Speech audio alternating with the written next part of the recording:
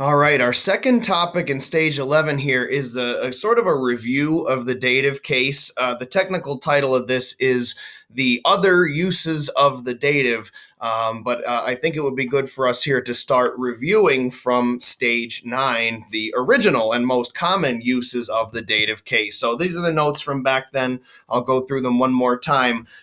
In this stage, meaning in stage 9, we saw sentences like Quintus athletae discum novum tradidit, which means Quintus handed his new discus to the athlete. And notice which form here is in boldface, all right, is the form that means to the athlete. And as I say here in this sentence, athletae is in what's called the dative case. So we know the nominative case expresses the subject or the doer of an action. The accusative case expresses a direct object or the receiver of an action. The dative case often expresses an indirect object, the receiver of the action. So we defined, as I just did, the accusative case, a direct object is what's receiving the action. Now we add somebody else to this. All right, and that person or thing is going to be in the dative case, sort of indirectly receiving the action of the sentence. If you take a look at it here, Quintus is the subject. He's doing the handing. The direct object, the thing that is directly receiving the handing here, is the discus. Quintus didn't hand an athlete to anybody. He handed the discus, and then the athlete is the one who received the discus. So it's kind of like in this indirect way, the athlete is receiving the action through the discus. So that's kind of how the dative case works. That's how an indirect object works. Regardless, in most cases, even for the new uses that we're going to see here in stage 11, the dative is translated to or for, and I'll get into that with the new notes in just a second. So the thing that's different about the dative than the nominative or the accusative is that there's only certain situations in which you're going to expect a dative case. And I give you here just 4 common verbs which are going to kind of raise a flag here, a red flag, and say, hey, I should look out for a dative. The verbs dot, ostendit, tradit, and nuntiat. They mean to give, to show, to hand over, and to announce. And notice kind of how sentences, even in English, are structured when you have those verbs. You often talk about giving something to someone. You often talk about showing something to someone, handing something to someone, or announcing something to someone. That to someone is going to be in the dative case. And it's in those situations in particular that you should look out for the dative. Now, endings that go with the dative, this is good because we need these endings in order to see the new or other uses of the dative. Notice in the first declension, we have another AE.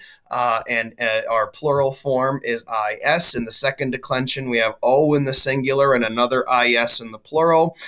Dative and singular, you have an I in the third declension and an ibus in the plural form there. So most common forms that I think you'll see are O, is, and ibus. AE and I are a little tricky because AE can also be nominative plural. I can also be nominative plural. Don't worry about that so much. Use the context to help you, or if you see like an O, an is, or an ibus, you should be looking out for a dative or a to or for. But now, in stage 11, we go to other uses of the dative.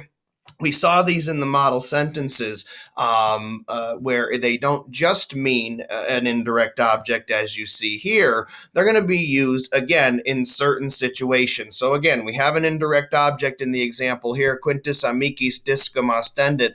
Quintus showed his discus to his friends. Amicis is to or for his friends. Again, Quintus is doing the showing, the discus is being shown, and his friends are kind of receiving the sight, if you will, of the discus. So indirectly, his friends are receiving the action almost through the direct object, which is the discus. But in Latin, we're going to highlight a couple of special verbs which take the dative case, where an accusative or a direct object in English sounds like it might be more appropriate. So we start with the verb credit. Credit or credited means the verb to trust or to believe. So right here it says Quintus athletae credit. That means Quintus trusts the athlete. Again, when you say you trust the athlete, you almost expect, well, the athlete is the direct object. He's receiving that action trust. But the reason why credit takes a dative case and not an accusative is it's almost like the noun trust is included within credit. So it's almost like you're saying Quintus gives his trust to the athlete. There's the to or for that shows up with the dative. That's kind of the sense of it here. Same thing you're going to see with fawet, which is to favor or to support. Again, nos mercatori favemus means we support the merchant. Well, again, you say we support the merchant. It sounds like the merchant is directly receiving that action, but it's in the sense of we give our support to the merchant. There's that to or for sense from the dative. Again, we're giving the support, the merchant's receiving the support. So for these verbs, credit and fawet, it's almost like you're saying not just the verb to trust, but to give your trust to someone. And with fawet, it's not just saying you support the person, it's almost like you're saying give your support to the person in the same way that we saw dot and dated in the previous slides with that verb to give. And the last form here, uses of the dative, plaquet, is kind of a common construction. It means it pleases, it suits, or in English, it's the verb to like.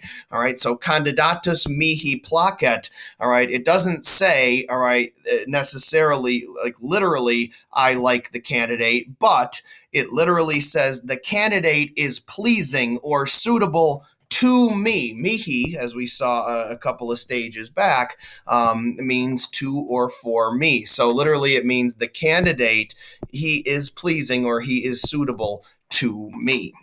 All right, and so some common plaquet expressions, plaquet ne tibi. Again, it literally means, is it pleasing to you? But you could also translate it, does it suit you? Is it okay with you?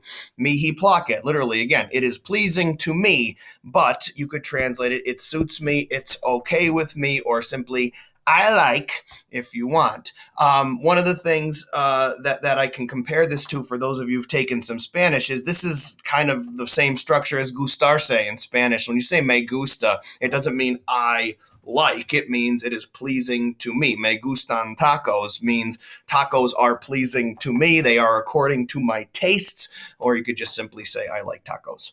All right, and pronouns here. All right, we have dative forms of pronouns. In stage 10, we learned that nos means we and vos means you. This stage, you'll notice that we're adding to this. Nobis means to or for us, and vobis means to or for you. So along with our old pronouns, these dative forms are actually kind of important for when we get into the Blue Latin 2 book.